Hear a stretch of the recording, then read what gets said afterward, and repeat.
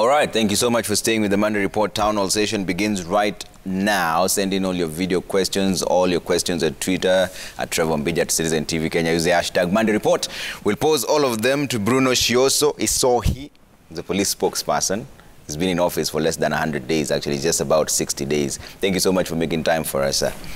Quick question. You've been in office for less than 100 days. How has it been for you, being the new police spokesperson? First of all, Trevor, good evening. Good evening to Kenyans also. It's a pleasure being here with you. And secondly, let me first of all convey the greetings from the Inspector General of Police and also my colleagues, the rank of file of police officers. I was appointed, maybe, let me say around 2 months ago, yeah. Slightly over that. And it's been a very good journey so far. I'm enjoying it. Yeah. When I took over the appointment, initially I thought I wasn't for it. Maybe I wasn't fit for the work itself. But then so far there's been so much goodwill from my colleagues, from the rest of Kenyans. Okay. And there have been some few challenges here and there, but yeah. I've been coping very well. So let me just say that I'm enjoying everything I'm doing. I'm having so much support from the media people and fraternity and the rest of the Kenyans. Okay. So we're looking forward to working together and seeing what we can deliver for the National Police Service. Great. Let's talk about one of those challenges you're mentioning, political gatherings. Why have the police been unable to arrest politicians who keep gathering people, and yet political gatherings are forbidden? Yeah, we remember very well, when the COVID issue began, we were very tough to everybody, the politicians and even the members of the public.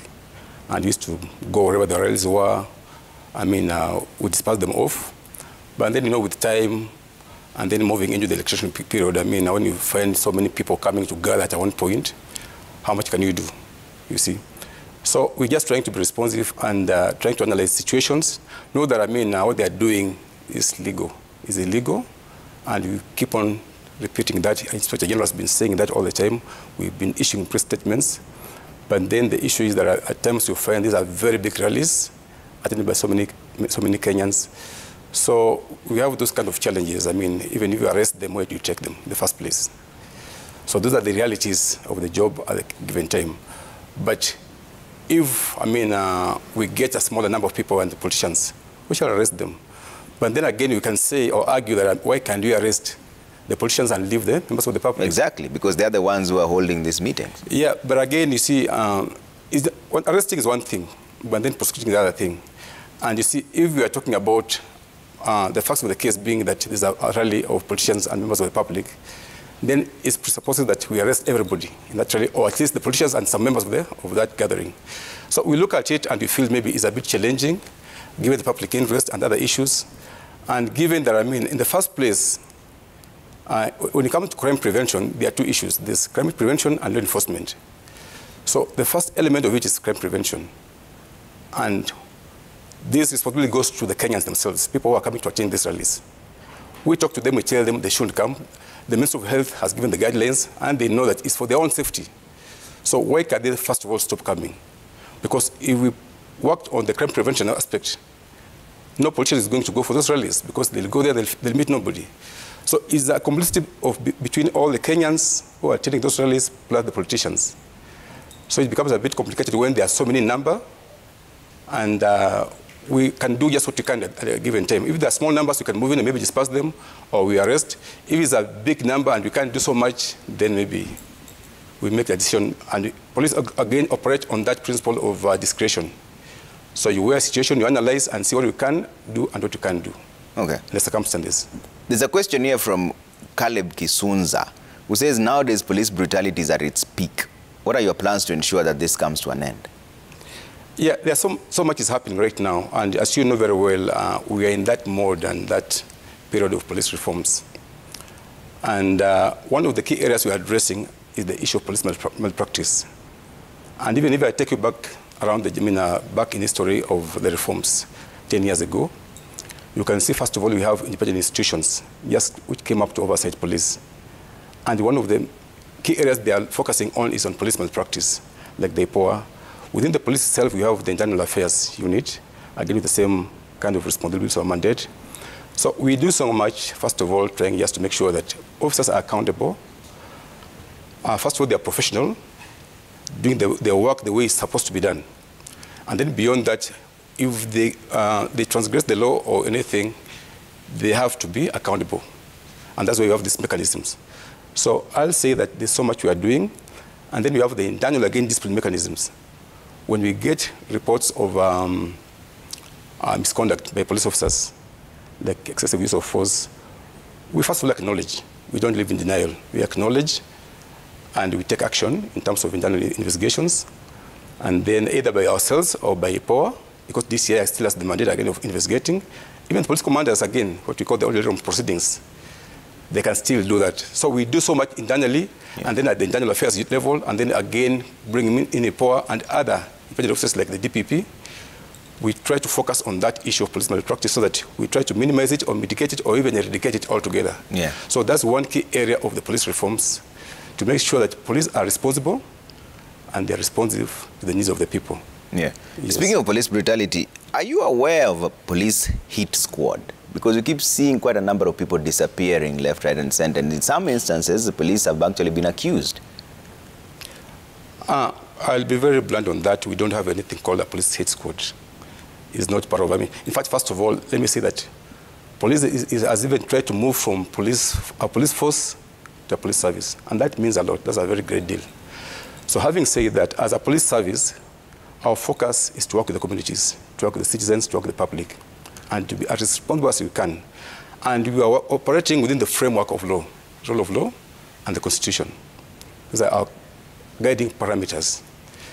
So the issue of police having a hit squad, I've never seen one, never heard of one, but those are just talks from outside there. But from where I sit, we don't have that kind of a thing like police hit squad.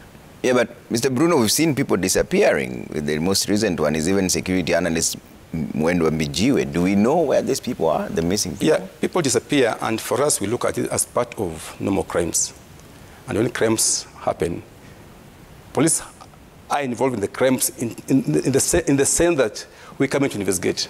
That's the only role we play, when there's a criminal activity.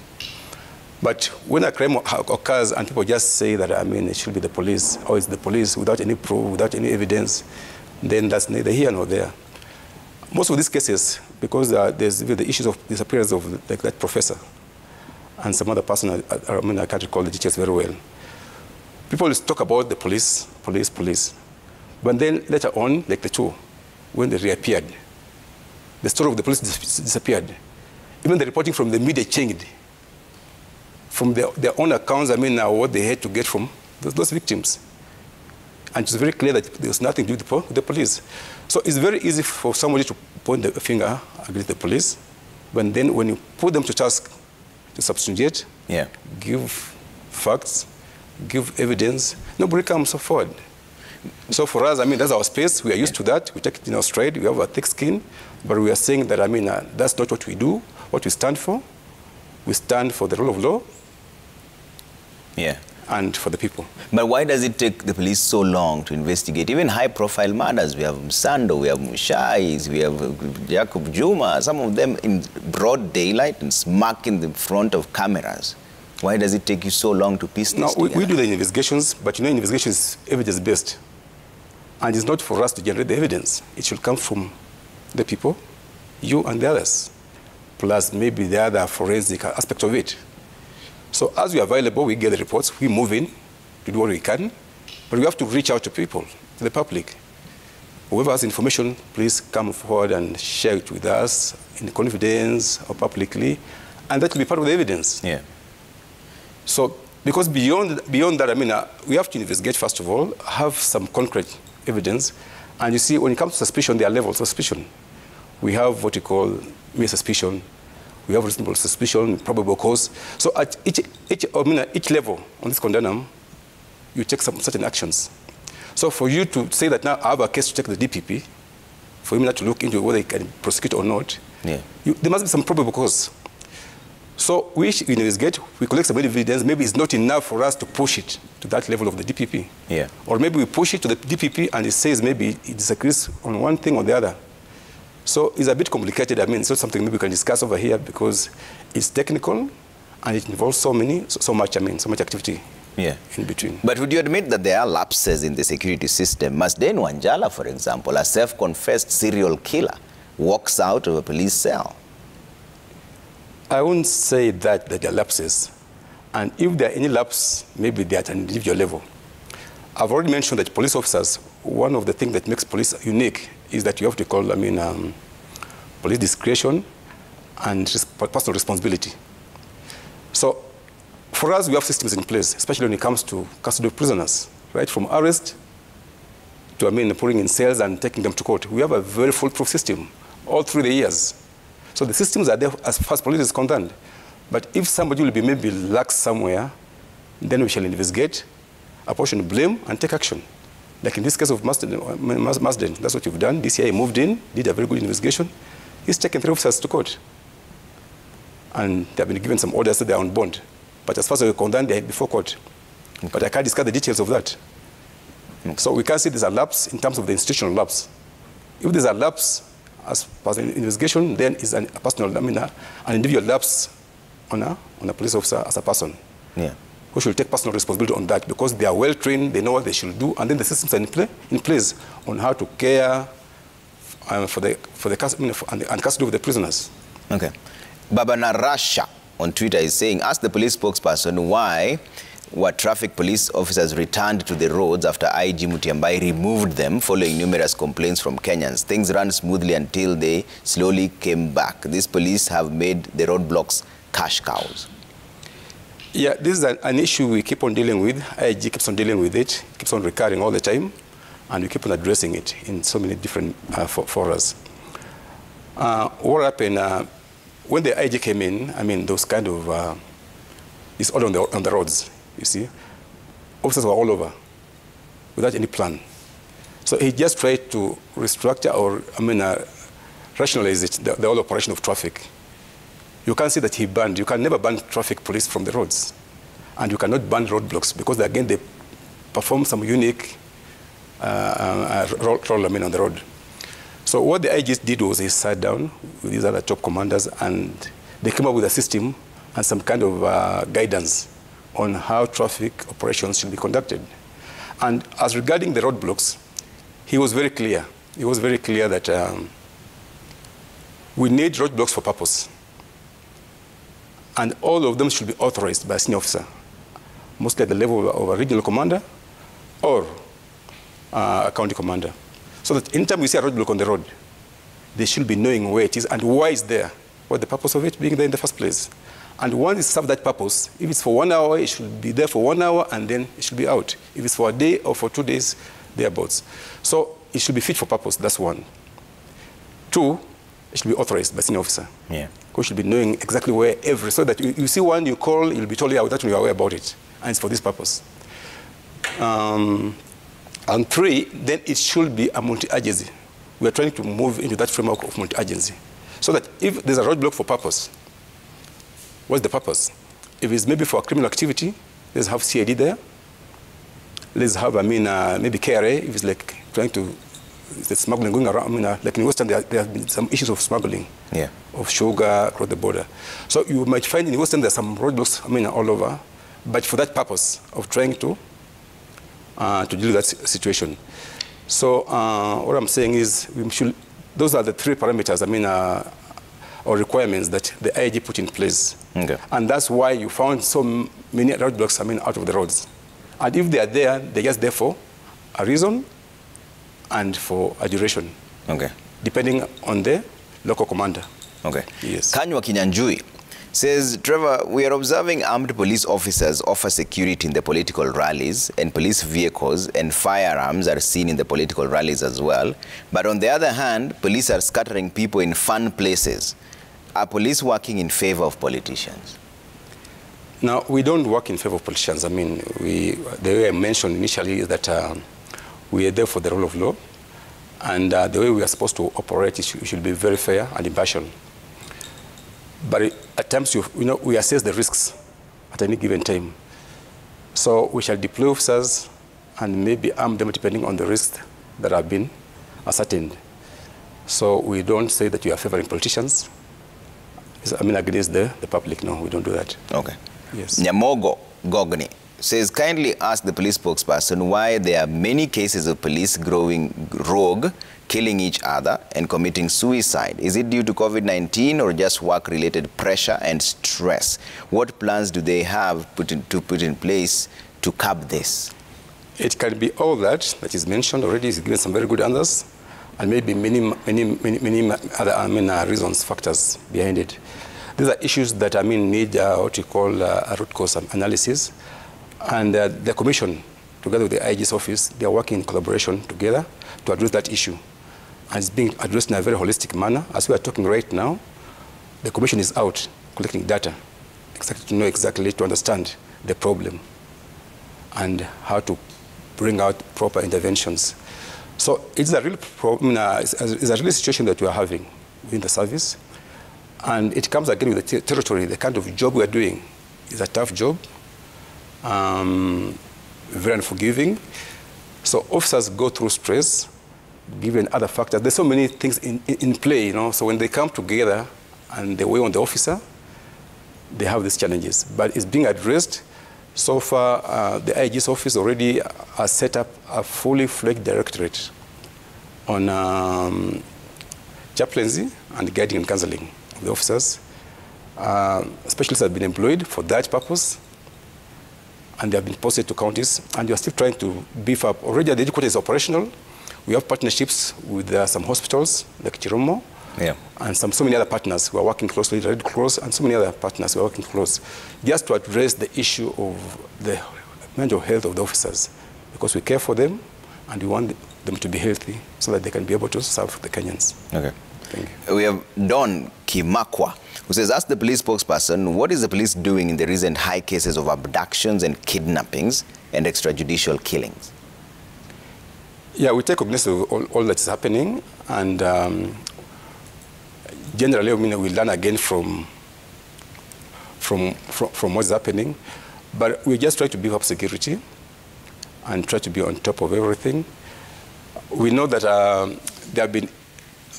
there's been an issue of people maybe disappearing, people maybe being killed, but you see, as I always say, police can't be everywhere, but we want to work very closely with the communities, so that it's them at least to talk to us, give us information, and tell us what is happening within the community, so that we can work together and try to be more proactive than being reactive in these kind of situations. So we appeal to the public, and that's why we are pushing this narrative of the community policing, that it should be our gateway into collaborations with the citizens and the publics generally. Lord Abraham Mutai says, Trevor, good morning, good evening. Kindly ask the police spokesperson, what happened to the much-hyped police reforms, especially on housing? APs are living in pathetic conditions. Were the reforms abandoned? And why are the APs facing hostilities from other units? There's no hype. It's reality. Maybe you should visit my office. I can take him through. The reforms are on. Basically, they are just like around 10 years down the line. But they picked up, maybe the uptake was much later. There's so much that has happened so far. But let me say, in terms of reforming an organization like police, it's very big, it's very vast, very complicated, and very complex. It requires too much time, too much resources, and too much goodwill from everybody, including the Kenyans. So there's so much. If I have to start listing what we've done, what we've done already so far, and what we are doing and going ahead to do, there's so much ground that we've already covered, and so much is happening. So these reforms have not been abandoned? No, not abandoned. They are really on course. In fact, the office of the IG is not operational. It's actually just focused on the reforms. Let me say maybe over 60% of its work is just on the reforms. And you spend all the time, just working around reforms, talking about the houses. There's so much happening in the infrastructure section in terms of housing. Of course, we can't reach everywhere within 10 years and say that even Kenya itself, as a country, we have those ambitions of having maybe houses for everybody. But it's a journey, it's a process. We're moving on slowly. But so much so far has been done, and there's so much goodwill. And I believe we should be there. Look at the countries like, even the European countries, first world countries like UK. They have been having reforms for the longest time. But they can't say that they are already there. they're still working on them. Look at America. They're still having their challenges. But as we're talking about, within a span of 10 years, look at, the fleet of vehicles we're having as part of the reforms. Like, when we go into the ICT field, so much. Look at the CCTV cameras around town. Those are all part of reforms so that we can be able to react to crimes in real time. And so I can't mention everything that you've done, so much, and still happening. Okay. There's a very good framework captured in a booklet that we're trying to follow. Okay. Yes. Gavoga says, can a traffic police officer be prosecuted by evidence of recorded video of taking bribes or photos? As citizens, we see them engage in this bad vice on a daily basis. Yes, it can, but there are some, not exceptions, but I think that there'll be some more qualifications because you can't just take a video and then you take it to court. It has to go through a process. So this video, you bring it, you make a report, bring that video, take it to a police officer, who will now, based on that, they'll take it now to a police forensic laboratory, so that there's somebody who is certified as a forensic expert who can be able to go to court and testify. The one who is going to give a certificate, ascertaining that that video actually was taken at from this camera by so and so from this kind of a time. So it can happen. Just take the video, bring it to the police, and then it will be processed as per the processes. Okay. Steve Mulwa, before I get into the videos that are coming through, is saying, please ask police spokesperson about Masten Wanjala, about escaping from police cell, and was that the right place to lock a criminal like him with other petty offenders, and his remarks on the murder by mob justice? Yeah, criminals, if the police who are on duty just do their work well, there'll be no problem. It's a matter of just security. Because everywhere, there are places, very remote places with the hardcore criminals, and they are even kept maybe in smaller places. So Jogo Road Police Station is a big station, it's an old one, it has all the facilities. So it's about the kind of care and custody that was in place at that particular time. And that's why I mentioned initially that this is a personal responsibility on the officers who are on duty. It's not about the facility itself. The facility has been there for all these years. It's held so many other high-profile criminals and maybe notorious ones. Okay. Yes. Ndego Wahome says, ask him why police can take orders from a governor and close down an assembly and completely interfere with the normal operations against express court orders and even allow armed people into the assembly chambers. Do you take orders from governors? No, we don't take. We take orders from the law. Our orders come from the law, not from the governors. Yeah? And not from any other person. We are officers of the law. So our orders come from the law. We look at the law and what should be done. So if an officer has done something outside the law, then that's something which will be brought to the attention of the local commanders or the internal affairs, and then it can be investigated. Okay. Yeah, it should happen that way. There's a question here from someone who says, Ombija asked the police spokesperson why police officers in Satellite Police Station in Dagoretti are planting curfew roadblocks as early as 9:48 p.m. and when they arrest you, they ask for 3,000 shillings to be released. Yeah, those are two issues there, and I find there's a problem with both of them. First of all, no money should be given to a police officer, and they shouldn't demand any money from anybody, because they're doing their job. And secondly, I remember we were in another very nice forum with the Deputy Inspector General of Kenya Police Service. And he made it very clear that even when you're trying to enforce the COVID regulations, it's not to punish. So officers should try to use their discretion. It's not a matter of trying to fix people. It's a matter of trying to help people know that they are doing, transgressing the law. And if they have to go home, let them go home. If you have to arrest, maybe arrest, responsibly. It's not a matter of trying to punish somebody or trying to get bribes. That shouldn't happen. Yeah. So that's wrong in the first place. Okay. Let's take a quick break here on the Monday Report Town Hall session. When we come back, we're coming back with all the questions that are coming through on video. And there's quite a number of them also on Twitter. I'm trying to sift through and make sure we ask as many of them as possible. Keep them coming at Trevor Mbija at Citizen TV Kenya. Use the hashtag Monday Report. See you in just a bit.